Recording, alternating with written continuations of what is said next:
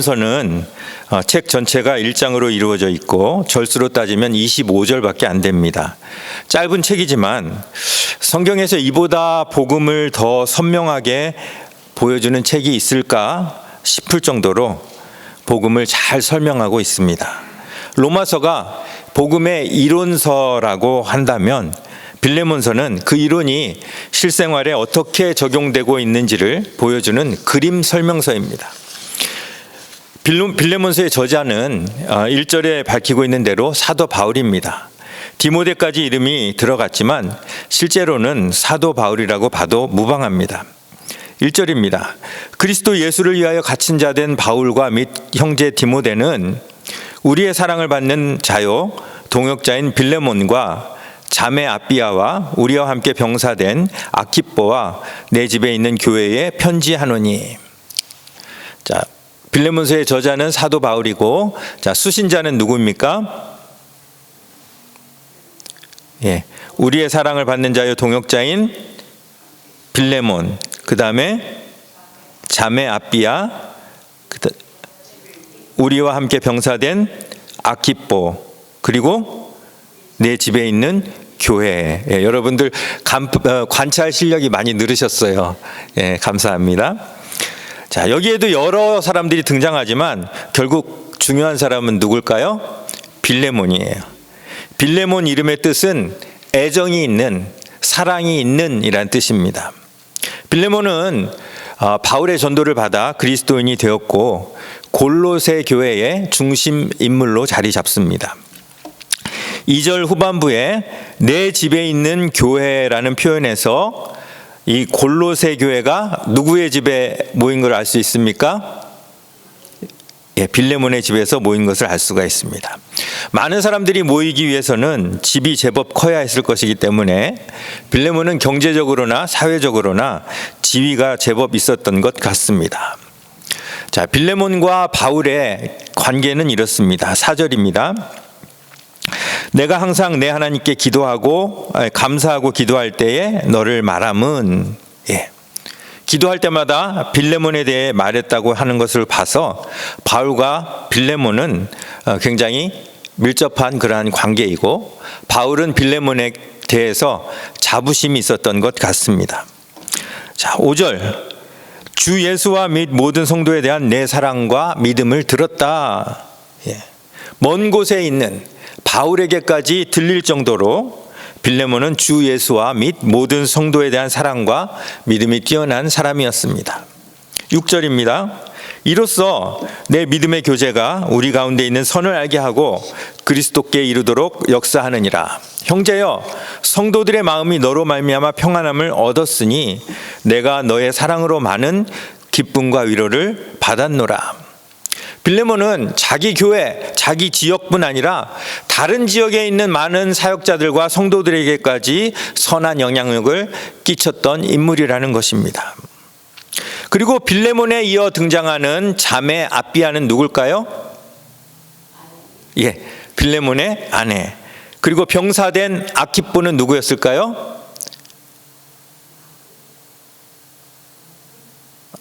알 수가 없죠. 그런데 전승에 의하면 이 아키뽀는 빌레몬의 아들로서 나중에 골로새 교회의 감독이 되었다는 그런 이야기가 있습니다. 결국 골로새 교회를 위해 자기 집을 개방하고 물질과 여러 봉사로 섬기는 빌레몬이라는 사람과 그 가족에게 바울이 로마 감옥에서 써서 보낸 편지가 빌레몬서라는 것이에요. 무슨 이유로 바울은 빌레몬에게 이 편지를 보냈을까요? 그 본론이 오늘 읽은 8절에서부터 기록되어 있습니다. 본론에 들어가기 전 이 편지의 배경이 되는 한 사건에 대해서 말씀드리겠습니다. 골로새 교회의 모든 것을 다 바쳐서 중심 인물로 섬기던 이 빌레몬 가정에 한 가지 사건이 일어납니다. 노예 한 명이 돈을 훔쳐 달아난 것입니다. 당시 로마 제국은 전쟁 포로들 대부분을 노예로 끌어와서 이로 인해 로마 제국 내에 총 노예 숫자가 약 6천만 명이 됐다고 합니다. 그러니까 이 노예 숫자가 자유인의 4배나 더 많은 그러한 숫자라고 합니다. 이렇게 노예가 많다 보니 그들은 인간이 아니라 살아있는 상품으로 취급당했습니다. 인격은 전혀 인정받지 못했던 것이죠. 그들의 목숨과 운명도 전적으로 누구의 손에? 주인의 손에 달려 있습니다. 알려진 바에 의하면 이 플라톤이나 아리스토텔레스 같은 철학자들조차도 노예는 열등 인종이며 그들을 원수시해야 한다라고 가르쳤다고 합니다. 어쨌든 빌레몬은 노예를 거느릴 만큼 부유한 사람이었고 예수를 믿어 많은 사람들에게 사랑과 존경을 받는 그러한 사람입니다. 그런데 어떤 연유에서였는지 모르지만 그 집에 있던 노예 한 명이 도망을 친 것입니다. 노예는 돈이나 재산을 가질 수 없기 때문에 도망을 가려면 돈이 필요했겠죠. 그 돈은 어디서 구했을까요? 주인의 돈을 훔쳐서 달아났겠죠. 결국 도망을 가게 되면 도망죄에 절도죄까지 포함해서 그냥 잡히면 죽게 되는 그러한 상황입니다. 아마도 이 노예 도망 사건으로 인해 빌레몬의 가정과 그 집에 모이는 골로새 교인들까지 아주 큰 충격에 빠졌을 것입니다. 그 노예의 이름은 오네시모입니다. 오네시모의 뜻은 유익한 뜻입니다. 유익한. 빌레몬의 뜻은 뭐라고요? 사랑이 있는, 애정이 있는. 그리고 오네시모는 유익한 뜻입니다. 주인에게 유익한 존재가 되어야 하는 오네시모는 주인에게 손해와 폐를 끼치고 사라졌습니다. 이 오네시모를 빌레몬은 어떻게 생각했을까요? 빌레몬의 평소 인격으로 봐서 이 오네시모를 종이라고 막 이렇게 함부로 대하고 이러지는 않았을 것 같습니다. 그렇지만 오네시모의 입장에서는 주인이 아무리 잘해준다 할지라도 종은 종입니다. 자유를 구속당한 채 누구의 종으로 사는 것에 지친 오네시모는 자유를 찾아 탈출한 것입니다. 하지만 여러분, 탈출한 종이 누리는 자유가 정말 자유였을까요? 몸은 주인에게서 떠났지만 그는 온전한 자유를 누릴 수 없었을 것입니다. 어쨌든 이렇게 로마까지 간 오네시모는 로마 감옥에 갇힌 바울을 만나게 됩니다. 그가 어떤 신분으로 바울을 만났는지 정확히 알 수 없습니다. 어떤 사람은 그가 죄수로 감옥에 가서 동료 죄수인 바울을 만났다 이렇게 이야기하기도 하고, 아니면 그가 중간에 예수를 믿게 되어서 감옥에 있는 바울을 면회하면서 친분을 쌓았을 가능성도 있습니다. 어쨌든 이 도망자 오네시모는 예수님을 인격적으로 만난 후에 바울의 신복이 되었고, 바울을 도와 초대교회 성장에 큰 기여를 했습니다. 그리고 나중에는 에베소 교회의 감독이 되어 목회를 하다가 네로 황제에게 순교를 당했다고 합니다. 그러면 이제 빌레몬서의 배경은 다 끝났어요.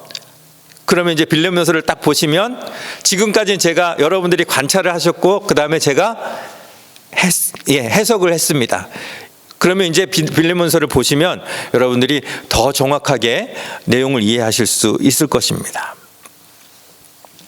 그런데 본문으로 들어가기 전에 바울, 빌레몬, 오네시모 이 세 사람의 관계를 한번 정리해 봅시다. 바울이 있고 빌레몬이 있고 오네시모가 있습니다. 바울이 오네시모를 볼 때 어떤 존재입니까? 유익하고 정말 선교에 있어서, 기독교 선교에 있어서 매우 중요한 그러한 사람입니다. 그러면 바울이 빌레몬을 봤을 때는 어떻습니까? 마찬가지죠. 그렇죠? 매우 중요한 인물입니다. 그러면 빌레몬이 바울을 보는 것과 오네시모가 바울을 보는 것은 어땠을까요?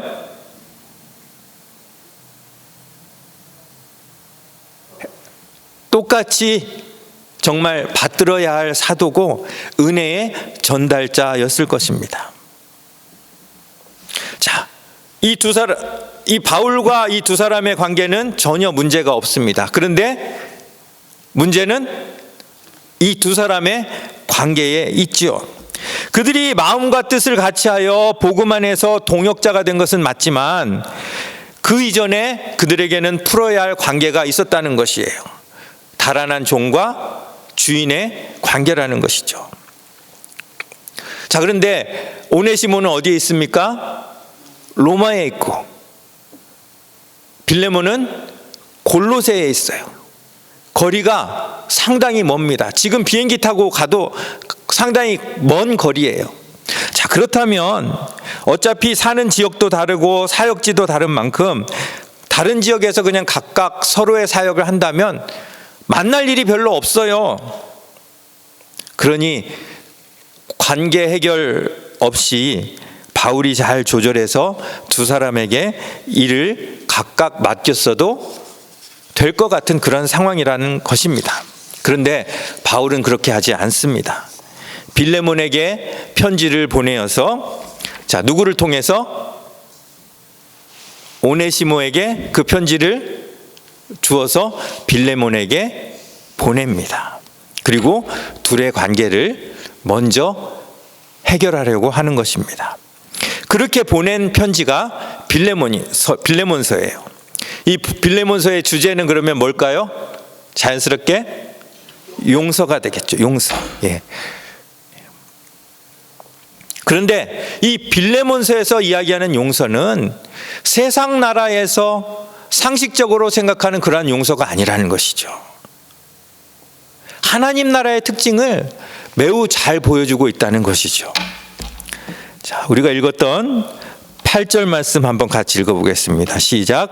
이러므로 내가 그리스도 안에서 아주 담대하게 내게 마땅한 일로 명할 수도 있으나 도리어 사랑으로서 간구하노라.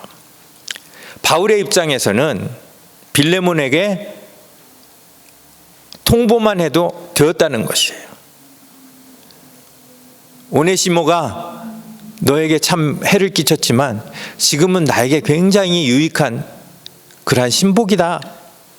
그러니 네가 좀 눈 감아주고 나와 함께 복음에 꼭 필요한 자로 일하도록 해주라.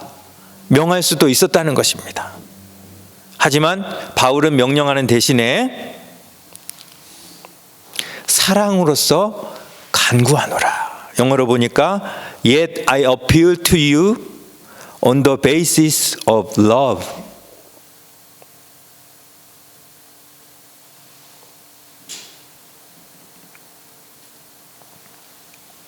이것이 복음이요, 이것이 하나님 나라입니다.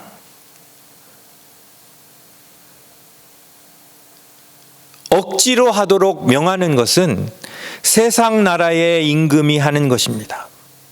하지만 하나님 나라의 임금은 그의 백성에게 마땅히 할 일조차도 억지로 시키지 않고 사랑으로 호소하시는 왕이라는 것입니다. 자, 그렇게 보여주신 대표적인 사랑이 뭐예요? 십자가에서 우리를 위하여 친히 죽으신 사건입니다. 그 사랑 때문에 우리 인간이 아무리 표현해도 도저히 표현할 수 없는 그 놀라운 사랑, 우리에게 죽음을 주신 그 사랑 때문에 우리는 그 전능하신 그 하나님을, 그 무서운 엄위하신 그 하나님을 억지로가 아닌 자발적으로 사랑으로 믿고 섬기게 되는 것입니다. 사실 빌레몬의 성격과 믿음으로 봐서 그냥 바울의 얼굴을 봐서라도 오네시모를 그냥 용서해 줄 수 있었을 것입니다.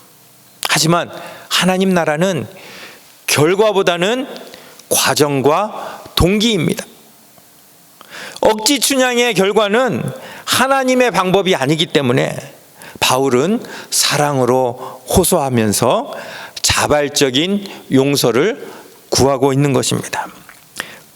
자, 그 표현을 14절에서 조금 다르게 이야기하고 있죠. 14절 말씀 같이 읽습니다. 시작. 다만 내 승낙이 없이는 내가 아무것도 하기를 원하지 아니하노니. 그 다음에 아주 중요한 말씀이에요. 시작. 이는 너의 선한 일이 억지같이 되지 아니하고 자의로 되게 하려 함이라. 억지같이 되지 아니하고 자의로 되는 것. 24절이 빌레몬서의 핵심 구절이자 사실은 하나님 나라의 핵심입니다. 하나님 나라의 일을 억지로 시키는 것은 하나님 나라의 정신과는 다르다는 것이에요.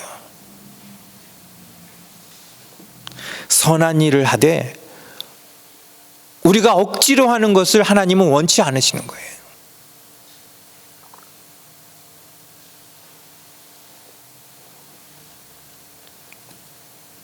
여러분 이런 질문 많이 들어보셨을 거예요. 하나님은 우리 인간을 왜 로봇으로 만들지 않고 자유의지를 주셨는가? 그 대답이 14절에 기록되어 있는 거예요. 하나님은 우리 인간을 통해서 선한 일을 하시기 원하는데 억지로 로봇처럼 이렇게 하는 것이 아니라 우리의 자유의 의지에 의해서 자유로 선한 일을 할 수 있도록 하시기 위해서 우리에게 자유의지를 주신 것이에요. 또 이런 질문을 여러분들 많이 들었을 거예요. 하나님이 살아계시다면 왜 악인들이 득세하는가? 왜 전쟁과 기근이 일어나는가? 왜 전염병이 이렇게 생기는가?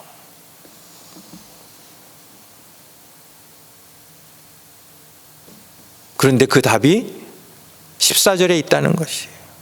하나님이 초자연적인 능력으로 모든 일을 주관하신다면 이런 어려움들은 일시에 그냥 해결될 것입니다. 하지만 선한 일도 억지로 될 것입니다. 전능자가 스스로 해결하시기보다는 인간 스스로 해결할 수 있도록 하나님은 우리에게 그의 형상과 그의 성품을 허락하셨습니다. 그리고 그의 형상과 그의 성품을 가지고 인간이 하나님의 마음으로 선한 일들을 자발적으로 할 때까지 기다려 주시는 것. 그것이 하나님의 방법이요 하나님의 나라라는 것입니다. 여러분 우리가 용서를 두 사람이 서로 용서 못해요. 서로 막 앙숙이에요. 그러면 우리 어떻게 화해시킵니까? 보통 어떻게 시켜요? 참아라 참아라 합니까? 자, 형제가 둘이서 아이 둘이서 싸웁니다. 그러면 부모가 어떻게 화해시켜요? 참아라 참아라 해요?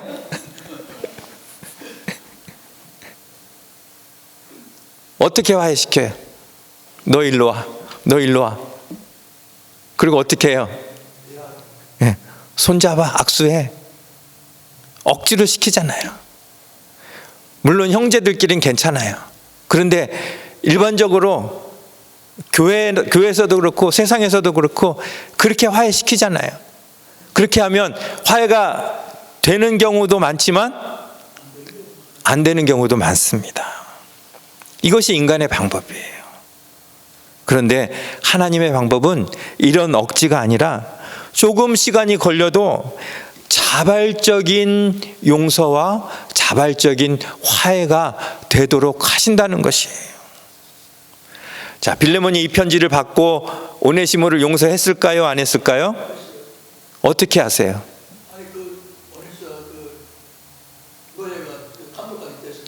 예, 장로님 굉장히 날카로우셔요. 예, 그가 만약에 용서하지 않았다면 오네시모가 에베소 감독이 어떻게 될 수 있었겠습니까?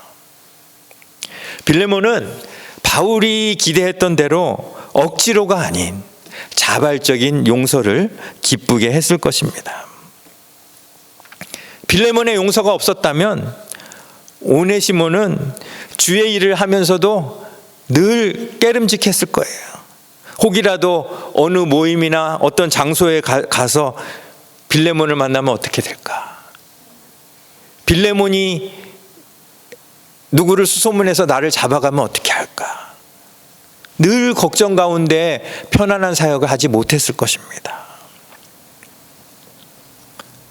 겉으로는 주의 종인데 그의 안에는 여전히 주의 종이 아니라 누구의 종이에요?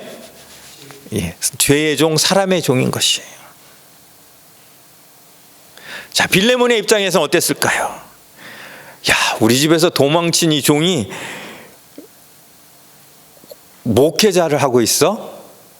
얼마나 마음이 불편했을까요?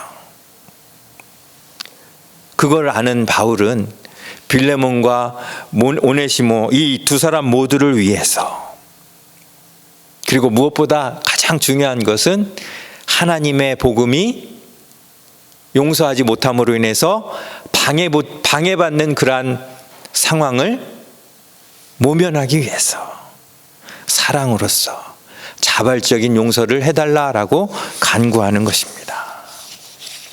여러분, 에베소 교회의 감독이, 말이 감독이지 요즘 말로 하면 뭐예요? 담임 목사예요. 담임 목사. 에베소 교회가 보통 교회입니까? 남의 종으로 평생 종살이를 했을 사람이 예수를 만난 후에 변하여 새 사람이 되고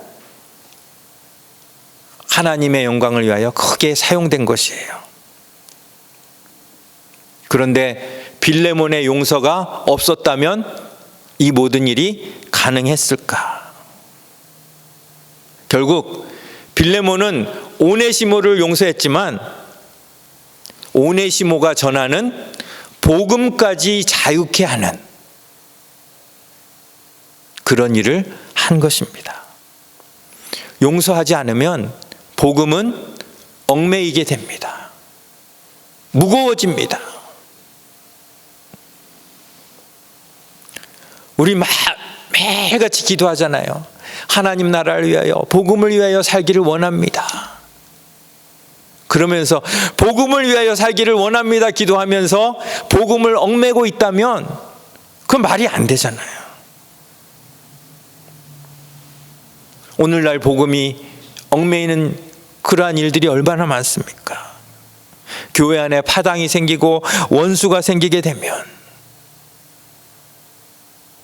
복음은 능력을 잃게 됩니다.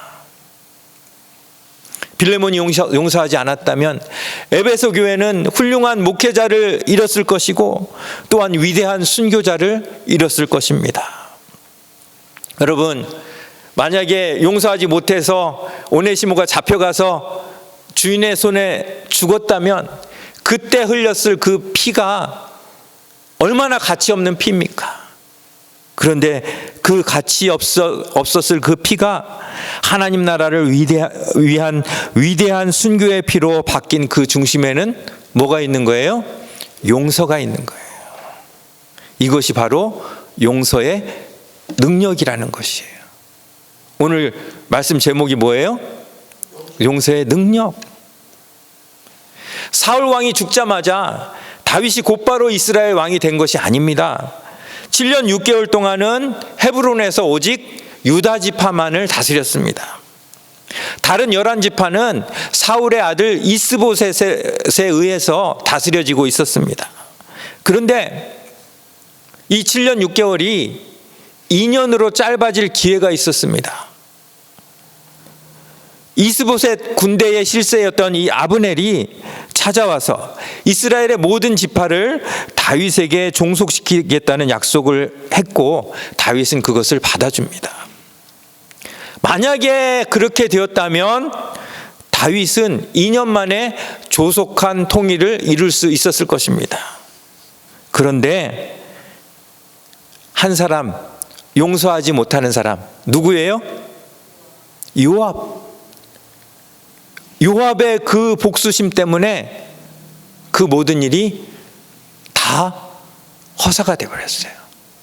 그리고 다윗은, 그리고 사울의 잔당은 그 후로도 5년 반이나 되는 그 시간을 서로 대치하면서 무의미한 낭비를 했던 것입니다. 용서치 못한 한 사람으로 인해 왕국 전체가 시간 낭비, 힘 낭비, 이 얼마나 참담한 결과입니까? 그런데 이런 낭비가 그때만 있었을까요? 지금 우리가 사는 이 시대는 없을까요? 솔직히 어느 교회든지 이런 낭비가 얼마나 많습니까? 어느 가정이든지 가정에서도 서로 용서 못하고 서로 용납 못하고 이런 일 때문에 얼마나 낭비하는 일들이 많습니까? 결론을 말씀드립니다. 용서에는 능력이 있을까요? 없을까요? 있습니다. 복음의 날개를 다는 그러한 능력이 용서에 있습니다.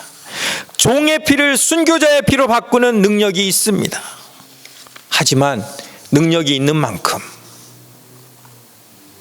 용서하지 못할 때는 우리의 모든 것을 낭비하게 만들기도 합니다.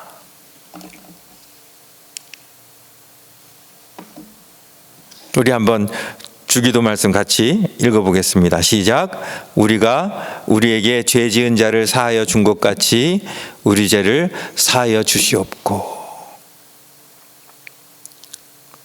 참 말씀을 묵상하면 할수록 이 기도가 얼마나 힘든 기도인지, 얼마나 불편한 기도인지 깨닫게 됩니다. 우리가 우리에게 죄 지은 자를 용서해 주는데 하나님은 그 용서를 절대로 억지로 시키지 않습니다. 우리가 자발적으로 할 때까지 기다리십니다. 용서뿐 아니라 모든 하나님의 일이 그렇습니다. 문 밖에서 두드리시는 예수님은 억지로 문을 열지 않으십니다. 우리 스스로 자발적으로 열 때까지 기다려 주십니다. 그래야 진정한 능력이, 선한 일의 능력이 발휘되기 때문입니다. 세상 나라는 어떻습니까? 원하는 결과를 얻기 위해서 싫어도 억지로 해야 되는 경우가 많습니다. 하지만 하나님 나라는 그렇지 않다는 것입니다. 여러분, 지지난주에 우리 므낫세 말씀 기억하시죠? 자, 므낫세 무슨 뜻입니까? 잊어버리다. 억지로 용서하는 채 하는 것이 아니라 은혜를 입은 사람은 사랑으로 간구하시는 예수님의 그 음성 때문에 모든 괴로움을 다 잊어버리고 모든 것을 자발적으로 용서하게 된다는 것입니다. 그게 므낫세를 통해서 형들을 용서했던 요셉의 그 마음입니다.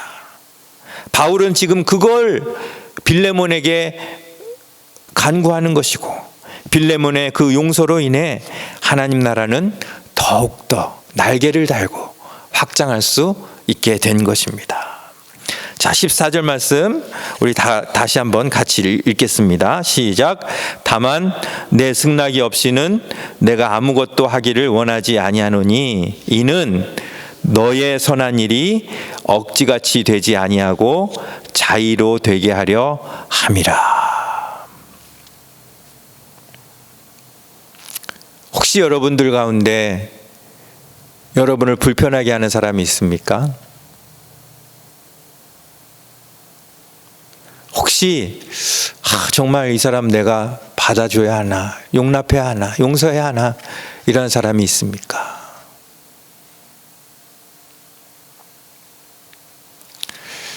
그런 사람이 있다면 나도 모르게 내 스스로 복음을 얽매이고 있는 것입니다.